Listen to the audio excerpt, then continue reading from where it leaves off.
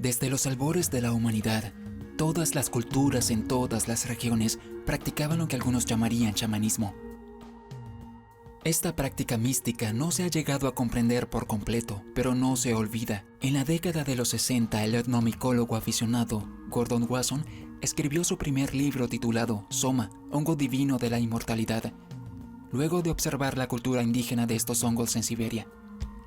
Los chamanes siberianos recolectaban el agárico de mosca o Amanita muscaria, un hongo que secaban y comían con el cual alimentaban a los renos, para beber luego la orina y obtener sus efectos sin náuseas. Debido a que esta cultura se asemejaba a la antigua cultura india, Wasson supuso que la muscaria amanita, el hongo, debía ser el ingrediente perdido de la bebida conocida como soma.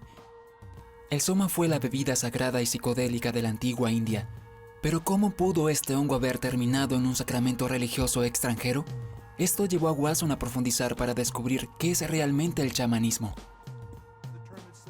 El término en sí proviene de las culturas siberianas y se introdujo en otros idiomas a través del ruso y el alemán. La gente comenzó a reconocerlo como un fenómeno que se encontró en muchas partes del mundo y comenzó a aplicarse a las prácticas de los nativos americanos, a las prácticas australianas y muchas otras. Lo que realmente es un chamán depende de la perspectiva que tomemos. El chamán es como un cazador de recompensas espiritual. Él o ella induce deliberadamente estos estados alterados con drogas u otros medios. Pero no solo se sientan allí y viajan. Ellos pueden navegar y manejar ese mundo. Los chamanes han alcanzado la sofisticación suficiente para comprender explícitamente que el recipiente de nuestra transformación química es el cuerpo y que las plantas desinhiben las estructuras aprisionadoras del ego. Así el ego fluye hacia el mundo. Más allá de los confines de las pequeñas tribus en Siberia, el autor Gordon Wasson descubrió que las sociedades más grandes también usaban plantas psicodélicas como una forma de ritual chamánico social. Incluso al estudiar la cultura hindú, el río Ganges sale del nudo superior de Shiva. En muchas representaciones ves una imagen de una hoja de cannabis en la parte superior de la cabeza de Shiva. También sostiene un recipiente que contiene Bhang, B-H-A-N-G, que es una bebida que contiene cannabis con sabor a canela, cardamomo y otras especias. También me pareció interesante conocer los misterios de Eleusis. Los misterios eleusinianos en la antigua Grecia claramente tenían un sacramento psicodélico. Ahora incluso sabemos lo que era. Es un ergot, un hongo que crece en la cebada. Fue utilizado en una bebida llamada Kikeon que bebían los iniciados de los misterios de Eleusis para poder tener experiencias extraordinarias y que cambiaron sus vidas en lo que ellos denominaron los pasillos oscuros. Estas experiencias tenían lugar en un sitio llamado el Telesterion, que estaba bajo tierra y en la oscuridad, probablemente con poca luz, en penumbras, creando un escenario propicio para que la experiencia se desarrollara. Y los iniciados de los misterios eleusinos, que incluían a personajes como Platón, Sócrates y Cicerón, salieron y luego informaron que sus vidas habían sido completamente transformadas por estas experiencias. Habían perdido el miedo a la muerte, sabían que eran espíritus inmortales, que solo estaban alojados temporalmente en un cuerpo humano. Desde la antigua India hasta Grecia, las plantas psicodélicas se han utilizado para búsquedas profundamente espirituales y curaciones a gran escala. ¿Pero cuál fue la primera sociedad psicodélica bien organizada? Los eruditos e historiadores casi habían renunciado a descubrir los misteriosos comienzos de la sociedad chamánica. No fue sino hasta 1976 cuando el arqueólogo soviético Viktor Sarianidi desenterró el complejo de templos de 4.000 años de antigüedad en el actual Turkmenistán. Este complejo tiene casi 500.000 de metros cuadrados divididos en una gran región del norte y otra más pequeña al sur. Sus muros hechos de ladrillos de arcilla abarcan 120 por 150 metros y fueron reforzados por 20 torres rectangulares. Aproximadamente entre 1600 y 1700 a.C., la región norte fue incendiada y todo el complejo fue abandonado rápidamente, dejando el misterio de sus orígenes solo con los objetos encontrados allí. El autor e investigador Chris Bennett pasó años estudiando la propagación de cannabis en el mundo antiguo y comenzó a armar el rompecabezas desde esta ubicación. El debate sobre Soma y Jahoma, el origen de ellos, ha cambiado últimamente debido a los hallazgos arqueológicos. Uno de los aportes más importantes es el trabajo del arqueólogo ruso Viktor Sarianidi. Escribió sobre esto en su libro Margiana y Proto-Zoroastrismo. Sarianidi trabajaba en el interior de Afganistán en un área conocida como el complejo arqueológico de Bactria Margiana. Y en esta región encontró varios sitios con templos, y estos eran templos grandes, del tamaño de un campo de fútbol. La mitad de los sitios del templo se dedicaron a la preparación de esta bebida que Sarianidi ha identificado como Soma Jahoma, la bebida sagrada de los persas e indios, los antiguos indios. Todavía se debate si esta ciudad perdida de Gonurtepe tenía un gobernante supremo o simplemente una clase de élite y un sumo sacerdote. En muchos sentidos, los sacerdotes de civilizaciones más grandes reflejaban el papel del predecesor, el chamán. El chamán en su rol tradicional es básicamente un enlace para la comunidad de este reino con lo sobrenatural y con estas fuerzas sobrenaturales. En este sentido, tiene una especie de función sacerdotal. En Gonurtepe, el sumo sacerdote era el guardián de las experiencias espirituales y psicodélicas. El viaje psicodélico se ha comparado con una experiencia mística, ya que permite al usuario contemplar detrás del velo del condicionamiento cultural. Así el sumo sacerdote le otorga estas misiones de visión a su gente. Solo a través de su aprobación se les permitió a los plebeyos beber este sacramento. Gordon Wasson afirmó que el hongo Amanita muscaria era el ingrediente psicoactivo en Soma y Jahoma debido al uso común del hongo en las áreas cercanas. Pero esta afirmación no está aprobada y algunos creen que es bastante implausible debido al tipo de experiencia que estos hongos provocan. Se sabe que los hongos Amanita muscaria causan euforia, pero también náuseas, sudoración, calambres y salivación. Por lo tanto, el misterio ha continuado a lo largo de los siglos hasta que Viktor Sarianidi logra enviar muestras de raspado de Gonurtepe para ser analizadas. Tomando como punto de partida la evidencia arqueológica hallada en las últimas décadas, se han encontrado grandes cuencos en el suelo donde el soma habría sido molido. También dispositivos de deshidratación y restos fosilizados en ellos. Se tomaron algunos de estos restos fosilizados que debían haber sido una sustancia líquida y se sometieron a pruebas, encontrando evidencias de cannabis, efedra y, en algunos casos, amapola. Todas estas plantas crecen también en esta región. La amapola es el ingrediente base para el opio, provoca un efecto sedante y eufórico, mientras que la efedra, el ingrediente básico de las anfetaminas, es un estimulante y supresor del apetito. Por último, el cannabis provoca un efecto ligeramente psicodélico con un aumento del apetito, lo que hace que esta bebida actúe como una sinfonía de ingredientes que alteraban la mente de estas antiguas culturas indoeuropeas. Es interesante considerar la contraparte en el zoroastrismo persa, en el que a esta bebida se la conoce como jahoma. Debido a las similitudes lingüísticas y a las similitudes mitológicas, ambas son lenguas indoeuropeas. Estos términos e identidad combinados indican un origen mucho más antiguo y posiblemente idéntico, por lo que se remonta considerablemente en la historia. Sabemos también que estuvieron involucrados en intercambios con otra cultura indoeuropea que vive en el centro de China, conocida como la cultura Gushi. Allí se han encontrado múltiples especímenes perfectamente conservados de cannabis y efedra. Es probable que estos indoeuropeos que vivieron en China hubieran exportado cannabis y probablemente fuesen los proveedores del complejo arqueológico de Bactria Margiana, siendo ellos quienes surtieran a los escitas. Mi opinión es que el término chino para cannabis, que es huma, viajó junto con el cannabis al complejo arqueológico Bactria Margiana y que se convirtió en jahoma y luego a través de cambios dialécticos, a medida que llegó a la India se convirtió en soma, en el lenguaje védico. A lo largo de las antiguas rutas comerciales, el pueblo nómada de los escitas construyó montículos funerarios llamados kurganes que fueron descubiertos recientemente. No solo se encontraron vasijas doradas que contenían restos de cannabis y opio, sino que la tundra congelada conservaba en los cadáveres los tatuajes que representaban animales agrupados en espiral, como si se vieran en un trance psicodélico. El antiguo historiador griego Heródoto registró los ritos funerarios de los escitas, describiendo la construcción de carpas trípodes y su humificación interna con cannabis.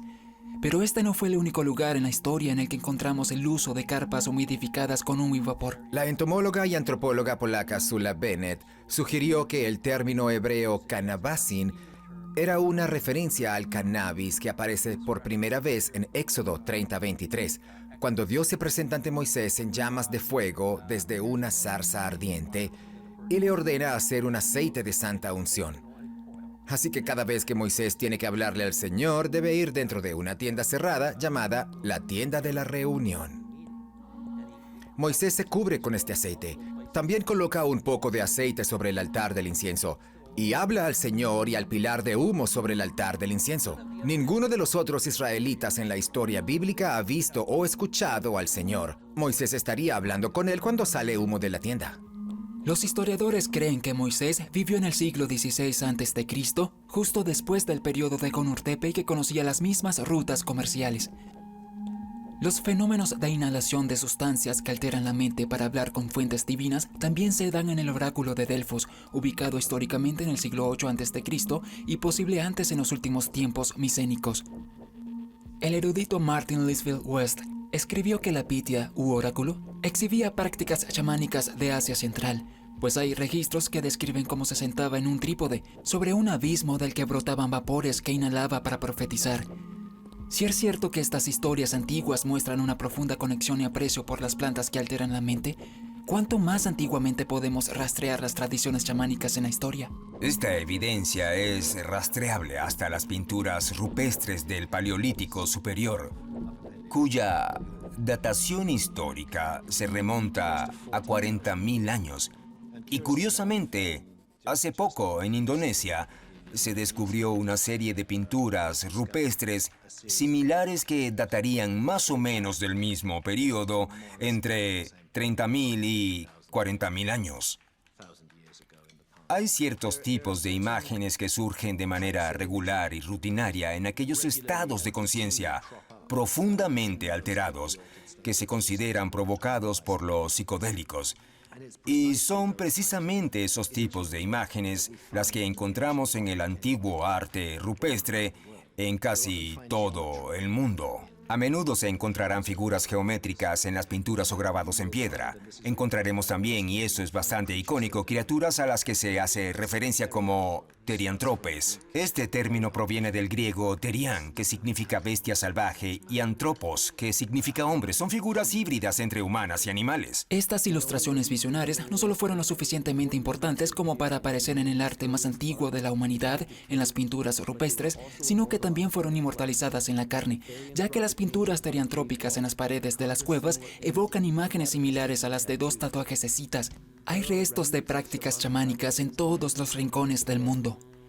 ¿Podríamos también encontrar referencias a los psicodélicos en el mito de la creación de la Biblia? Si observamos las imágenes que evocan a la serpiente en el jardín del Edén, y no quiero decir con esto que los pintores del siglo XIV vieran a la serpiente en el jardín del Edén, pero si observamos las imágenes, muy a menudo en realidad, diría que unas 8 veces de cada 10, descubriríamos que esa serpiente es una teriantrope, pues tiene un cuerpo de serpiente y una cabeza humana.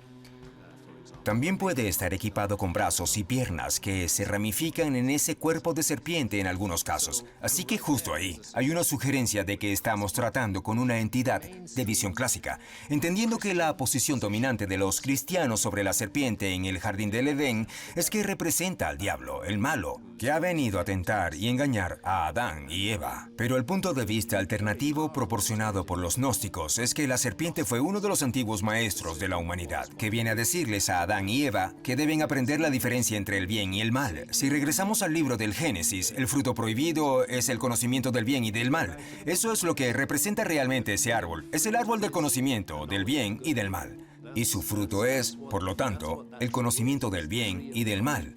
Pero ¿hay una interpretación más profunda al respecto? ¿Podríamos, de hecho, estar hablando de algún tipo de psicodélico natural? ¿Qué significaría descubrir que la fruta prohibida que comían los padres de nuestra especie era de la naturaleza psicodélica? ¿Y es posible que esta fruta haya iniciado la rápida expansión de la neocorteza cerebral humana? Hay un conjunto interesante de hallazgos acerca de cómo los humanos se diferencian de nuestros parientes chimpancés en lo referido al uso de estos psicodélicos y lo que sucede con ellos en el cuerpo. El sistema serotoninérgico humano es mucho más sensible a estas sustancias. La unión de los receptores neuronales de la serotonina con los psicodélicos es de 2 a 4 veces más poderosa que la de los chimpancés. John McPartlin y el Dr. Jeffrey Guy, el fundador de la farmacéutica GW, han especulado que el cannabis puede haber tenido un papel importante en este periodo y que los efectos psicoactivos del cannabis pueden haber dado lugar a formas novedosas de pensar y abordar los problemas. En lo relativo a la creatividad, puede haber proporcionado un importante elemento para dar el gran salto hacia adelante. Otra teoría popularizada por los hermanos Makina fue la posibilidad de que las esporas coprofílicas o especies de hongos que se reproducen en el estiércol, como la psilocibina, sean el ímpetu para el gran avance de la humanidad. Quizás por esto la adoración del ganado se ve en todo el antiguo Egipto, Grecia, Israel, Roma, Alemania, y se ve en el jainismo, el hinduismo y el zoroastrismo.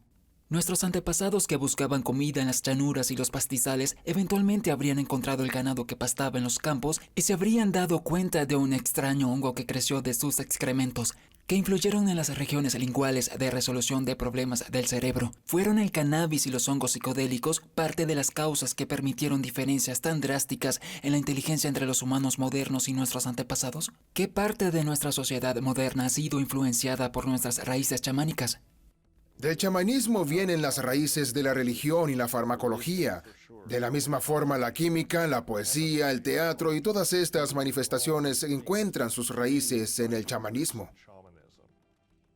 Hay un momento en el que la religión reniega del chamanismo.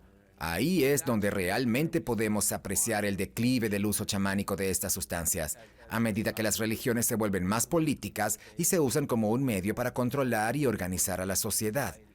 Todo gira en torno a un deseo, tanto teológico como político, de unificar a la población bajo una sola cabeza y un gobierno consolidado. A medida que las instituciones religiosas y los líderes políticos comenzaron a combinar sus poderes, como vemos reflejados en las principales fusiones corporativas de hoy, el impulso fue seguir extendiéndose. Y al comienzo de lo que llamamos el periodo moderno, las naciones europeas comienzan a enviar fuerzas a América. Y como resultado, las tribus indígenas fueron diezmadas y se perdieron para siempre innumerables generaciones de sabiduría chamánica. ¿Hubo un objetivo? Si es así, ¿cuál fue? Creo que hay muchas fuerzas que ven al movimiento psicodélico como una amenaza.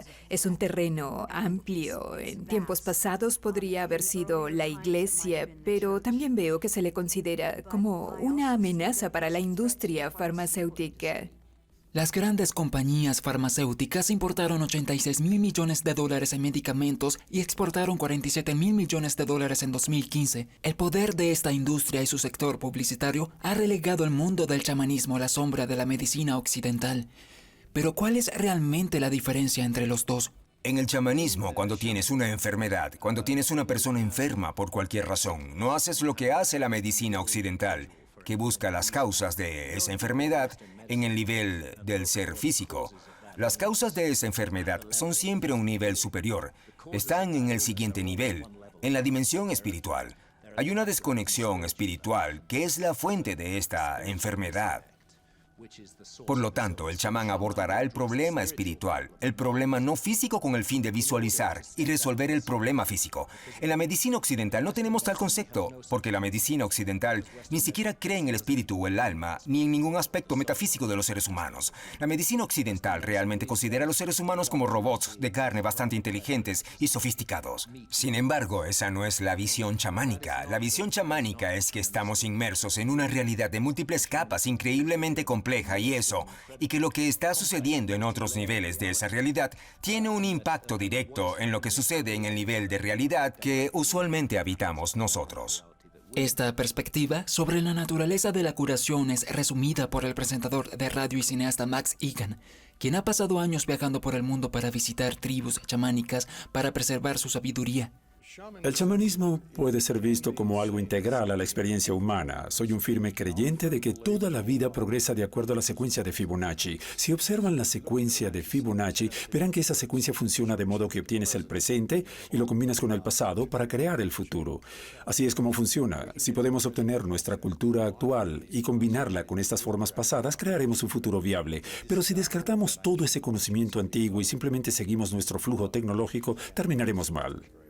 Algunos curanderos modernos como Kimba Arem combinan técnicas ancestrales y modernas en sus prácticas alternativas y a través de esta experiencia han aprendido dónde se encuentra la inteligencia curativa en términos de ceremonias chamánicas.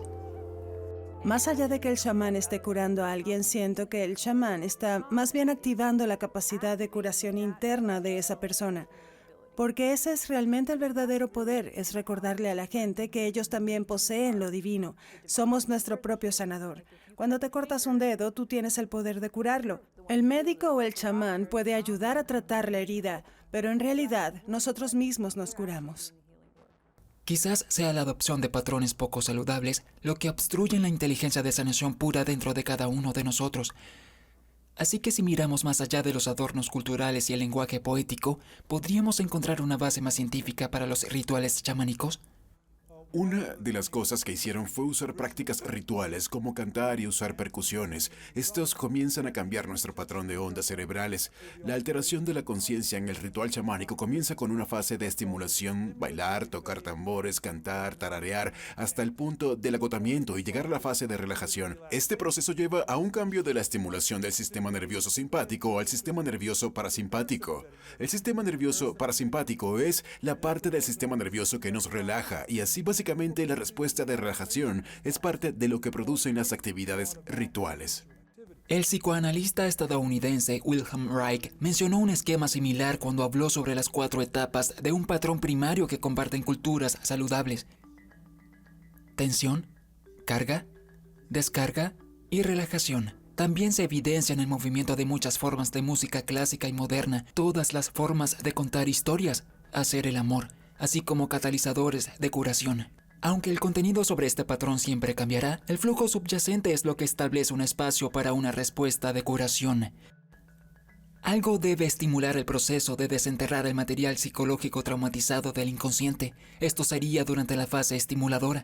El contenido debe ser procesado, respirado y exacerbado hasta lograr un punto crítico en el que la psique transforma la forma en que almacena ese contenido. Finalmente, la descarga es un punto de pivote en el que se realizan avances, no por el chamán, sino por la inteligencia curativa natural de quien busca el remedio. Esto conduce a la fase de relajación, que permite la integración de un nuevo patrón saludable. Este es el mismo proceso que se ve en la postura de Yoga Shavasana. ¿Qué otras anomalías chamánicas pueden tener una fase fisiológica y neurológica?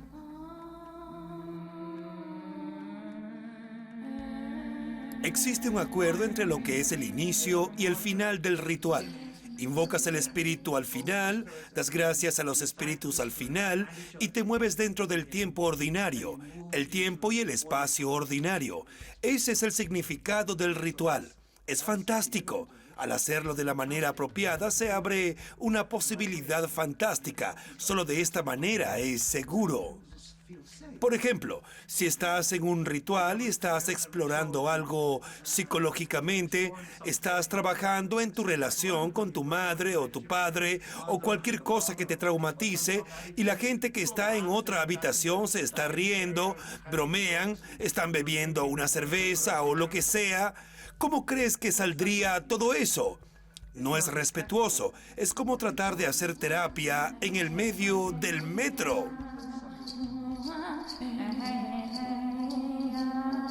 Es probable que en las comunidades chamánicas tradicionales todo el grupo no solo participaran en la ceremonia, sino que todos tuvieran sistemas de creencias similares, lo que les permitía estar más arraigados a las costumbres de su ritual.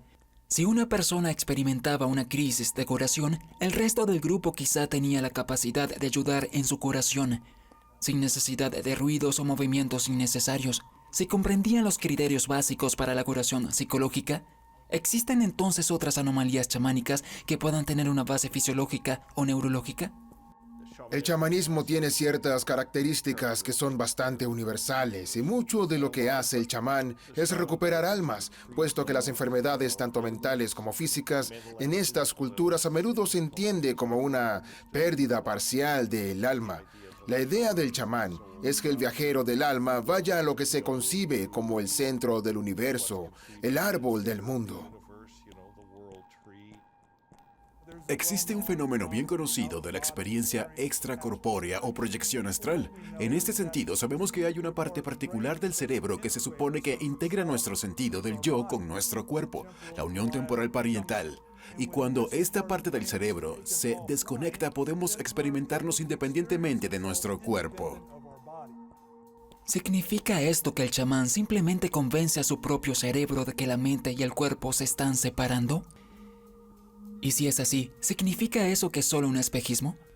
¿O son la creencia, la imaginación y la creatividad los mecanismos físicos por los cuales un aspecto del chamán deja que su cuerpo realice el trabajo en otras dimensiones?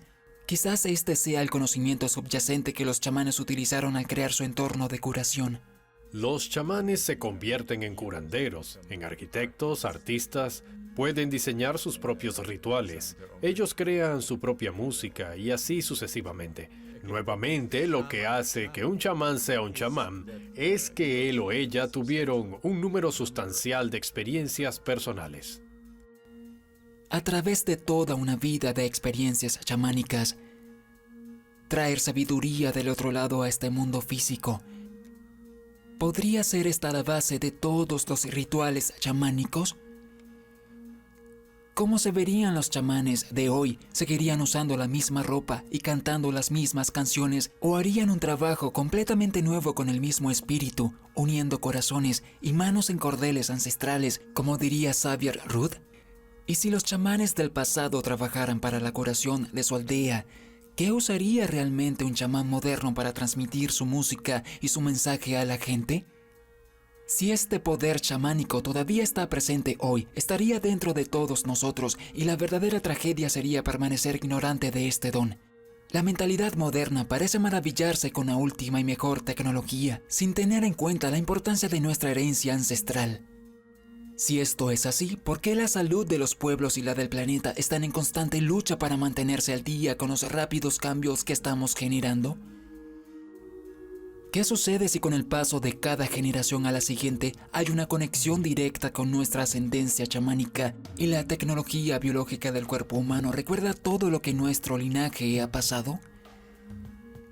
Quizás el remedio para todos nuestros problemas humanos sea simplemente recordar quiénes y qué somos realmente, encarnados en el corazón y el alma.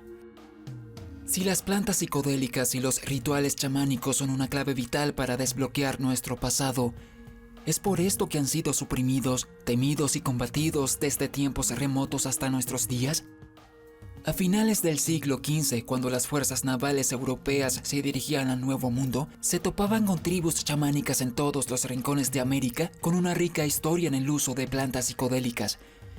Una de esas regiones en Sudamérica revelaría un antiguo cóctel psicodélico de varios ingredientes botánicos.